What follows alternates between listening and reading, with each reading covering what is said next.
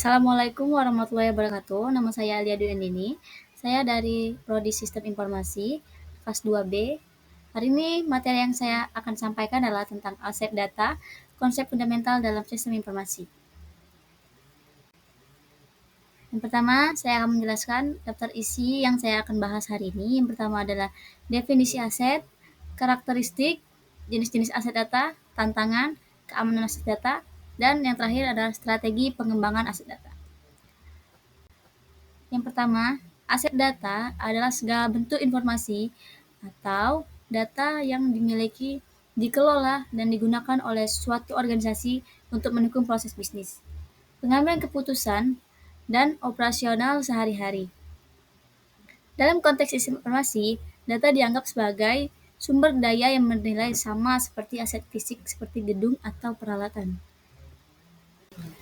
Berikutnya, saya akan menjelaskan tentang karakteristik aset data. Yang pertama ada nilai strategis. Data memberikan wawasan penting untuk pengambilan keputusan, yang artinya menyusun rencana dan strategis organisasi, mengambil keputusan berbasis fakta, dan melihat tren dan pola untuk keunggulan. Dan yang kedua ada kualitas.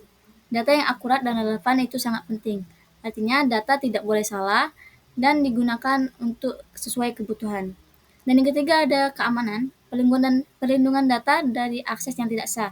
Artinya, data tidak bisa diakses oleh sembarangan orang, yang dimana kita harus mencegahnya dengan memberikan kata sandi dan lain-lain.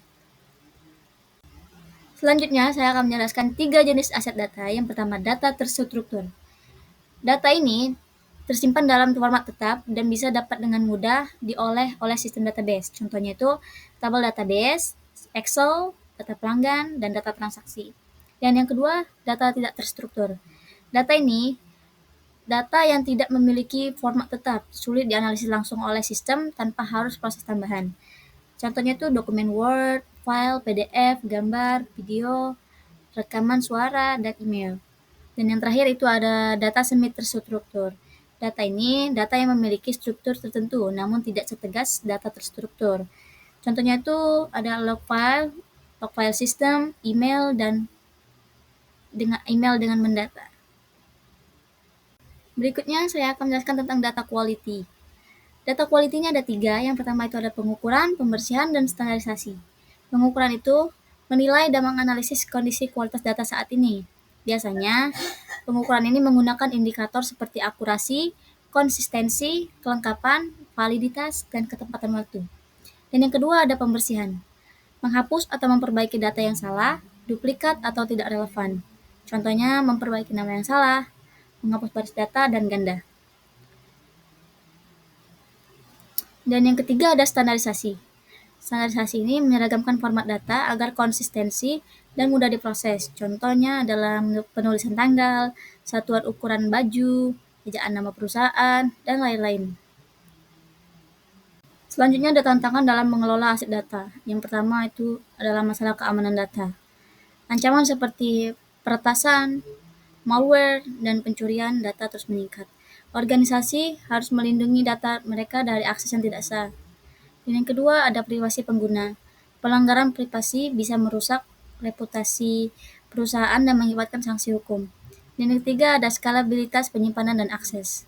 Volume data yang harus meningkat memerlukan solusi penyimpanan dan efisien dan scalable. Dan yang ketiga ada kualitas data. Data yang tidak lengkap, kotor, atau tidak akurat dapat menghambat analisis dan pengambilan keputusan. Selanjutnya ada keamanan aset data. Yang pertama resiko keamanan. Ancaman seperti perasaan dan kebocoran data. Contohnya itu hacker membobol sistem dan mencuri data pelanggan. Dan yang kedua ada strategi perlindungan. Firewall, enkripsi, dan kontrol akses. Data penting dienkripsi dan hanya bisa diakses oleh admin yang memiliki password. Yang ketiga ada kebijakan keamanan. Pedoman untuk melindungi akses. Berarti setiap karyawan wajib mengganti password akun setiap 30 hari dan tidak boleh membagikannya ke orang lain. Selanjutnya yang terakhir ada strategi pengembangan akses data. Yang pertama itu ada arsitektur data. Ini merencanakan struktur data secara sistematis agar mudah dikelola, terintegrasi, dan mendukung kebutuhan bisnis termasuk model data, aliran data, dan struktur penyimpanan. Dan yang kedua ada pelatihan SDM. Melatih dan mengembangkan kemampuan staf, dalam manajemen data, analisis keamanan data, serta penggunaan alat data, contohnya pelatihan Excel, SQL, dan data government. Dan yang ketiga ada infrastruktur. Ini berinvestasi dalam perangkat keras dan lunak yang mendukung pengumpulan penyimpanan, pemrosesan, dan analisis data secara efisien. Contohnya database server, cloud storage, atau tools BI. Baik, itu saja materi yang bisa saya sampaikan. Terima kasih, semoga bermanfaat. Saya Lia Duyandini. Wassalamualaikum warahmatullahi wabarakatuh.